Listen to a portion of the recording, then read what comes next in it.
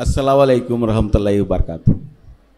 ఈరోజు పెడన పట్టణానికే కాకుండా మరి ఈ చుట్టుపక్కల అనేక జిల్లాలకి, ముఖ్యంగా మన ఆంధ్ర రాష్ట్రానికి గర్వకారణమైన ఈ మద్రసా మర్కజ్ దారుల్ బీర్ 22వ వార్షికోత్సవానికి మరి నన్ను ముఖ్య అతిథిగా పిలవటం, మీ అందరి సమక్షంలో ఈ రెండు ముక్కలు మాట్లాడడానికి అవకాశం ఇచ్చిన యాజమాన్యానికి, ఈ మద్రసాలో మరి అనేక మంది ఇప్పటికీ ఈ గడిచిన 22 సంవత్సరాలుగా కొన్ని వందల వేల మంది అనాథ పిల్లలు ఇక్కడి నుంచి చదువుకుని చదువులో నిష్ణార్థులై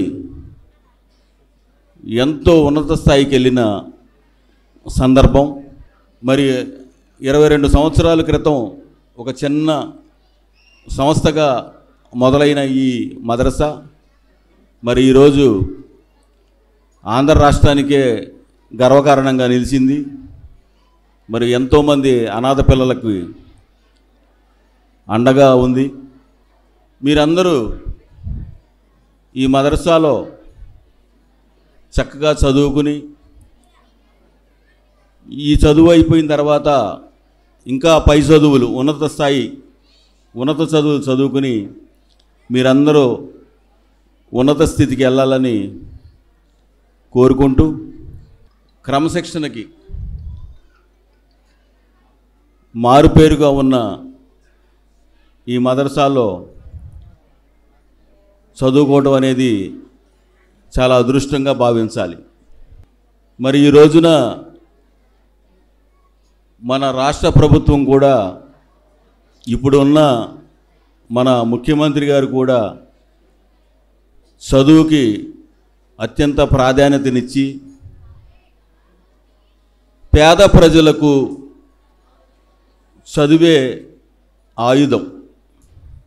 మన పిల్లలకి మనం ఆస్తిపాస్తులు ఏమీ ఇవ్వక్కర్లేదు, వాళ్ళని చక్కగా చదివించుకుంటే వాళ్ళు పెద్ద అయిన తర్వాత ఉన్నత స్థితికి వెళ్ళటానికి, గౌరవప్రదమైన జీవనం సాగించడానికి ఈ చదువు ప్రధాన ఆయుధం. మీరందరూ కూడా ఒకప్పుడు చదువుకి ప్రాధాన్యత అంటే మన ముస్లిం కమ్యూనిటీలో చదువుకి ప్రాధాన్యత చాలా తక్కువగా ఉండేది. మగపిల్లలు మాత్రమే స్కూల్కి వెళ్ళేవాళ్ళు. ఆడపిల్లలు ఒక 4వ తరగతి 5వ తరగతి చదివించిన తర్వాత ఆడపిల్లలకి ఇంతకంటే చదువు అవసరం లేదు, మనం పెళ్లి చేసి బయటికి పంపించేస్తాము, వాళ్ళకి చదువు ఎందుకని అర్ధాంతరంగా వాళ్ళని చదువు ఆపిచ్చేవాళ్ళు. మరి ఈ రోజున మనం చూస్తూ ఉన్నాం, మరి ఇలాంటి మద్రసాలు రావటం, తర్వాత ఇలాంటి మంచి ప్రభుత్వాలు రావటం, పిల్లలందరినీ ప్రోత్సహించడం, ఈ రోజున రాష్ట్ర ప్రభుత్వం చేస్తున్న కార్యక్రమాలన్నీ మీరు చూస్తూ ఉన్నారు. ప్రభుత్వ పాఠశాలలో చదివిన, ప్రైవేటు పాఠశాలలో చదివిన, ఈ జగన్మోహన్ రెడ్డి గారి ప్రభుత్వం వచ్చిన తర్వాత మరి అమ్మఒడి కానివ్వండి, అలాగే పిల్లలకి కార్పొరేట్ స్కూళ్ళకి సమానంగా మన పేద పిల్లలు కూడా, ప్రభుత్వ పాఠశాలలో చదివే మన పేద పిల్లలు కూడా వాళ్ళతో పాటు ధీటుగా ఉండాలని ఈ రోజున వాళ్ళందరికీ స్కూల్ బ్యాగ్స్, డ్రెస్సులు, బూట్లు, టైలు అన్నీ ఇవ్వటం. మరి అలాగే ఒకప్పుడు ప్రభుత్వ పాఠశాలలో చదివే పిల్లలకు మధ్యాహ్న భోజన పథకం ఉండేది, అది చాలా దారుణమైన పరిస్థితిలో ఉండేది. మరి అలాంటి పరిస్థితి నుంచి గోరుముద్ద అని పేరు పెట్టి ఈ రోజున ప్రభుత్వ పాఠశాలలో వాళ్ళకి పౌష్టికాహారం, మంచి ఆహారం ఇవ్వటం, అమ్మఒడికి ప్రతి సంవత్సరం వాళ్ళ తల్లుల ఖాతాలో ఒక 15,000 రూపాయలు ఇవ్వటం, అలాగే ఈ హై స్కూల్ చదువు అయిపోయిన తర్వాత ఉన్నతమైన చదువులు చదువుకోవడానికి ఫీజు రీఎంబర్స్మెంట్ ఇవ్వటం, జగనన్న విద్యా దీవెన, జగనన్న వసతి దీవెన అని వాళ్ళందరినీ స్కాలర్షిప్లు ఇచ్చి ప్రోత్సహించడం, ఇదన్నీ కూడా వినూత్నమైన మార్పులు. ఈ సందర్భంగా నేను చెప్పేది ఒకటే, మీ పిల్లలకు మీరు ఇచ్చే ఆస్తి చదువు. పిల్లల్ని చదివించే విషయంలో ఎవరు నిర్లక్ష్యం చేయవద్దు, బాగా చదివించండి. వాళ్ళే రేపొద్దున ఈ రోజున్న స్థితి రేపు మీ పిల్లలు పెద్ద అయిన తర్వాత ఉండదు, అది గ్యారంటీ ఇస్తున్నాను. ఎందుకంటే నేను కళ్ళారా చూశాను. 2004లో రాజశేఖర రెడ్డి గారు ముఖ్యమంత్రి అయిన తర్వాత వచ్చిన పెను మార్పు.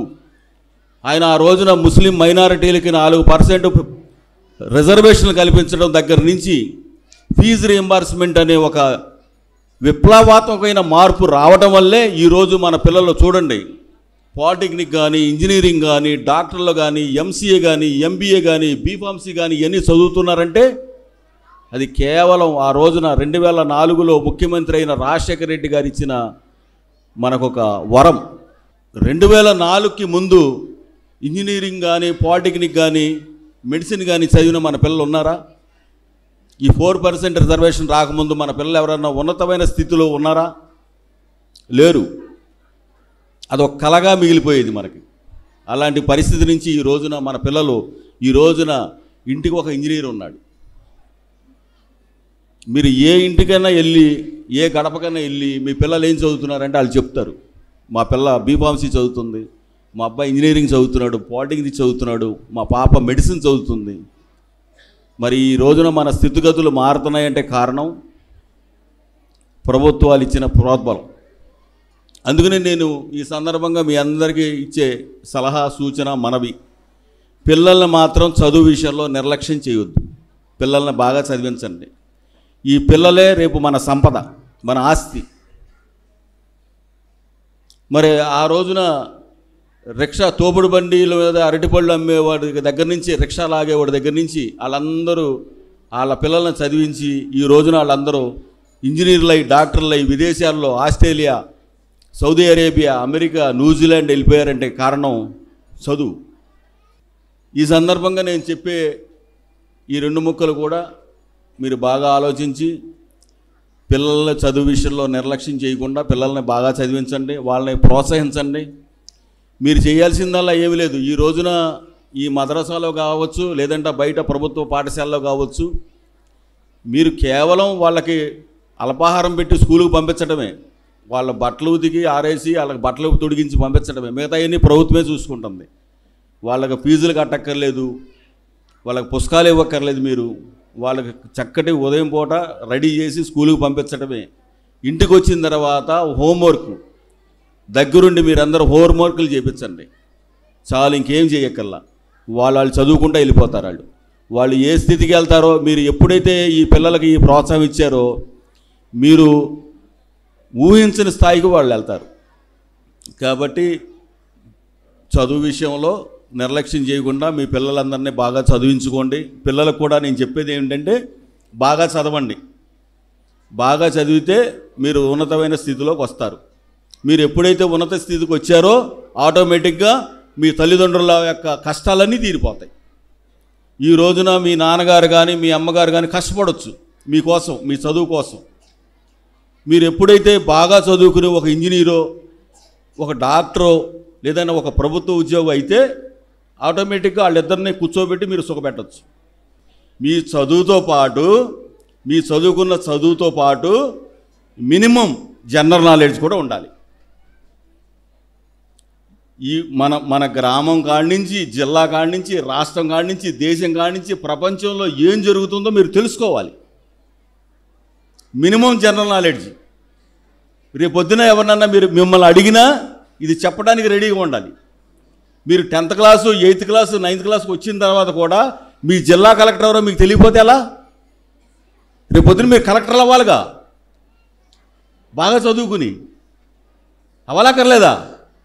మీరు డాక్టర్లు అవ్వాలిగా. మరి మీ జిల్లా కలెక్టర్ అంటే ఏం చెప్తారు? తెలుసుకోవాలి. మన దేశ ప్రధాని ఎవరు, మన రాష్ట్ర ముఖ్యమంత్రి ఎవరు, రాష్ట్రపతి ఎవరు, ఉపరాష్ట్రపతి ఎవరు, ఇవన్నీ మన కనీస జనరల్ నాలెడ్జ్. చదువుతో పాటు కామన్ సెన్స్, జనరల్ నాలెడ్జ్ ఇవన్నీ ఉండాలి. ఈ సమకాలీన ప్రపంచంలో మనం బతకాలంటే మనకి ఇవన్నీ కూడా అవసరమే. చదువుతో పాటు జనరల్ నాలెడ్జ్ కూడా అవసరం. ఇవన్నీ కూడా నేర్చుకోండి. ఓకేనా? బాగా చదువుతున్నారా? ఎన్ని మార్కులు వస్తున్నాయి మీకు 100కి? 50? 90? 100 రావాలి. 100కి 100 రావాలి. 99, 98 వచ్చినా కూడా మీరు బాగా చదివినట్టు కాదు. 100కి 100 వస్తేనే మీరు బాగా చదివినట్టు. ఆ 1-2 మార్కులు ఎందుకు తగ్గాలి? తగ్గకూడదు. 100కి 100 మార్కులు రావాలి మీరు. ఓకేనా? బాగా చదవండి. All the best. ఈ అవకాశం ఇచ్చిన పెద్దలందరికీ ధన్యవాదాలు తెలుపుతూ సెలవు తీసుకుంటున్నాను.